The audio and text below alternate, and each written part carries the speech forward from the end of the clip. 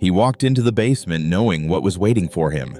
There was no trial, no last appeal, no negotiation. The decision had already been made in a quiet room by a man who did not raise his voice when he gave the order. Dominic Napolitano, known on the street as Sonny Black, descended those stairs with full knowledge of what the next few minutes would bring. According to those who were present, he paused before the end. He looked at the men in the room, and he said, "If you are going to do it, make it good." They shot him several times. His hands were later severed, sent as a message, but the message was not about Sonny Black. He was already dead.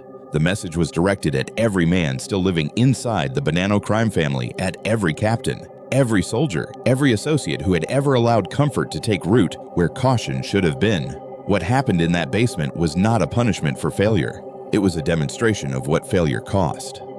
And it had been ordered by a man who had decided, with cold and permanent clarity, that he would never allow this kind of failure to occur again. That man's name was Joseph Pistone, and the failure that ended Sonny Black's life had a name too, Donnie Brasco. But to understand what that name meant and why it would haunt the Bonanno family for years, you have to understand what the Bonannos believed about themselves before it happened. The Bonanno family was not the largest of New York's 5 crime families. It was not the wealthiest. What it had, by reputation and by design, was something the others envied and none could claim to match. It was untouchable. That was not marketing.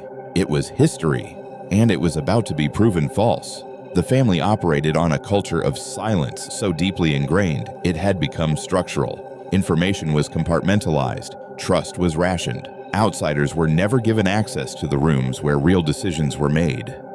And then, in the mid-1970s, a man named Joseph Pistone sat down at a bar in Lower Manhattan, ordered a drink, and began, very patiently, to dismantle it. Pistone presented himself as a small-time jewel thief, a man who moved stolen goods, kept his mouth shut, and made money for the people he worked with. His street name was Donnie Brasco. He had been doing this for a few weeks when the right people started to notice him. A few weeks became a few months. A few months became a year. 1 year became 6. He was a special agent of the Federal Bureau of Investigation. The Bureau had decided to attempt something it had never successfully done before: place an undercover agent directly inside a New York Mafia family, not on its periphery, not in contact with low-level associates, inside, at the table, in the rooms where the real decisions were made. The risks were understood completely. If Pistone's cover was compromised at any point, he would be killed. There would be no rescue, no intervention in time. The operation would succeed or fail entirely on his ability to sustain a false identity across years of scrutiny from men whose survival depended on their ability to detect exactly this kind of deception. Pistone sustained it for 6 years. What he found inside the Bonanno family was not the organization its members believed they belonged to. From the inside, he found men who were proud of their affiliations to the point of carelessness, who spoke more freely than their rules permitted, who allowed personal loyalty to override the operational caution that their situation required. The rituals and hierarchies that were supposed to enforce discipline had, in places, calcified into performance. People trusted those they liked, and they came to like Donnie Brasco. The man who brought Pistone deepest into the organization was Napolitano himself. He was a captain with authority over his own crew and a reputation for sound judgment. He had vouched for Brasco. He had introduced him to higher-ranking members. He had, according to court records compiled from the operation, recommended Brasco for formal induction as a made member of the family. Had the Bureau not pulled Pistone's cover when it did, he would have undergone the ceremony that transformed an associate into a full member of Cosa Nostra. He would have become the first federal agent ever formally initiated into a New York Mafia family. The cover was pulled before that ceremony occurred, but by then, the damage was already beyond calculation. And here is the part that no one inside the Bonanno family saw coming. Over 6 years of active operation, Pistone had gathered intelligence that formed the basis for approximately 50 federal indictments. Not only Bonanno members, figures connected to all 5 New York families. He had documented criminal operations. He had attended internal meetings where the business of organized crime was discussed with the casual confidence of men who believed they were among themselves. Every conversation, every confidence, every admission, all of it transmitted back to the FBI. When the revelation came, it did not come quietly. The other four families, the Gambinos, the Genovese, the Lucchese, the Colombo, did not respond with sympathy. They responded with something closer to controlled fury. The Bonanno family had not merely been embarrassed, it had allowed a federal agent inside the most protected institution in the American criminal world. It had spoken freely in front of a man who was transmitting everything back to federal prosecutors. It had created a vulnerability that threatened everyone connected to the wider structure. The Mafia Commission convened. The Bonannos were stripped of their seat, expelled from the syndicated rackets that generated millions of dollars annually, treated, in the language of the organization, as if they no longer existed.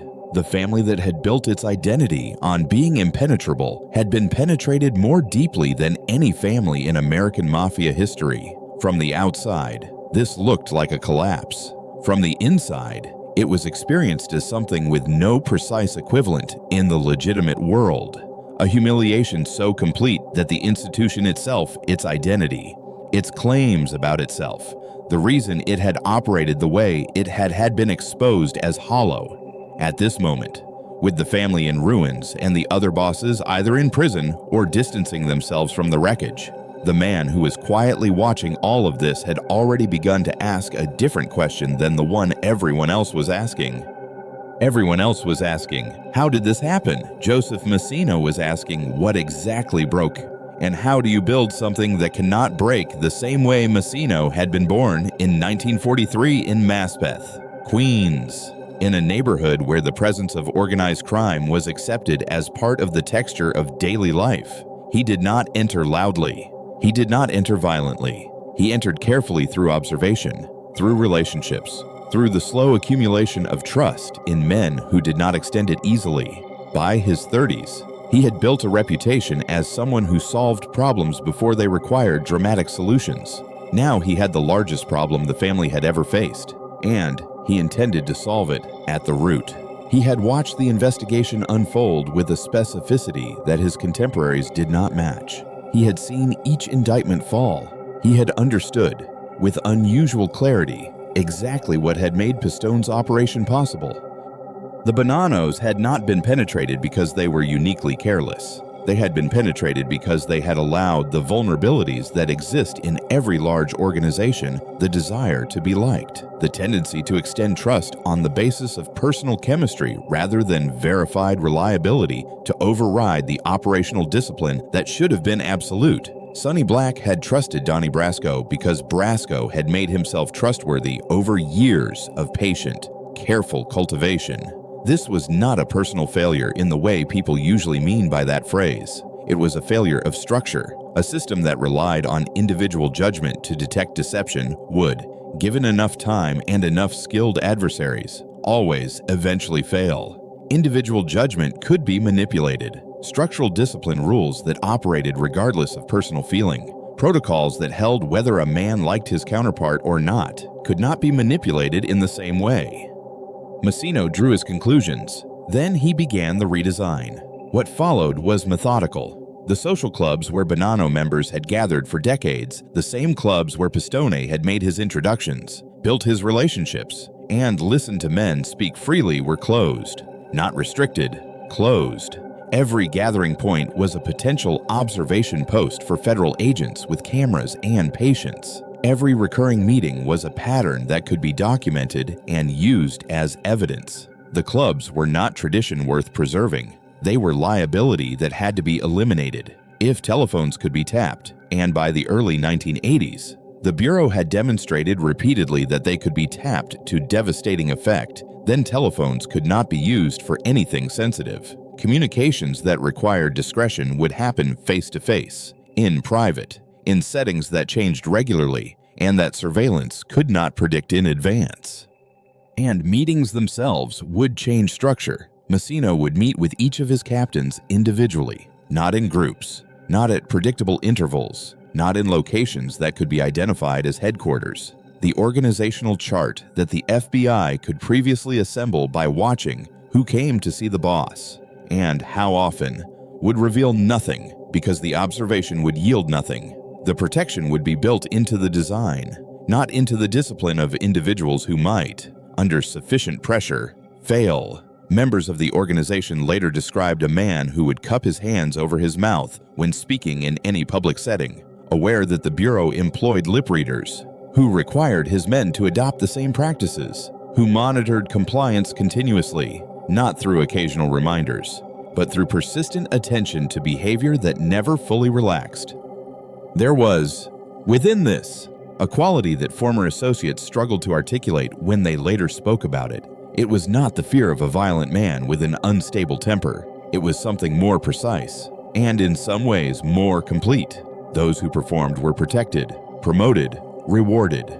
Those who created risk were punished in stages, first economically, their earning power eliminated. In the mafia, where a soldier's ability to generate income is the foundation of his status and his livelihood. This was a form of destruction that stopped just short of the physical. Then, if the risk was serious enough, it did not stop short. There was no ambiguity about where the lines were. There was only the question of whether a man had the discipline to stay within them. Terror produces compliance. It does not produce loyalty. This distinction, invisible in the short run, decisive in the long one, was the one thing that Massino's redesign could not address, because he did not yet know it was the vulnerability he should have been designing around. In the 1980s, this did not matter. The structure he had built was working. The FBI assigned to the Bonanno family found themselves confronting an organization that seemed to generate no observable patterns, no social clubs to photograph, no telephone conversations to intercept, no informants willing to speak because the men inside the organization understood, with complete clarity, what happened to men who did. The FBI looked elsewhere, and for the first time since Brasco, Joseph Massino was ahead. The family that had been humiliated most completely was, through the particular intelligence of the man who now led it, becoming the most structurally sound criminal organization in New York. The others were falling. The Bonannos were rebuilding. And the man at the center of that rebuild was doing what he had always done, working quietly, making no mistakes that anyone could see. He would rebuild them differently, and for nearly 2 decades, what he built would hold.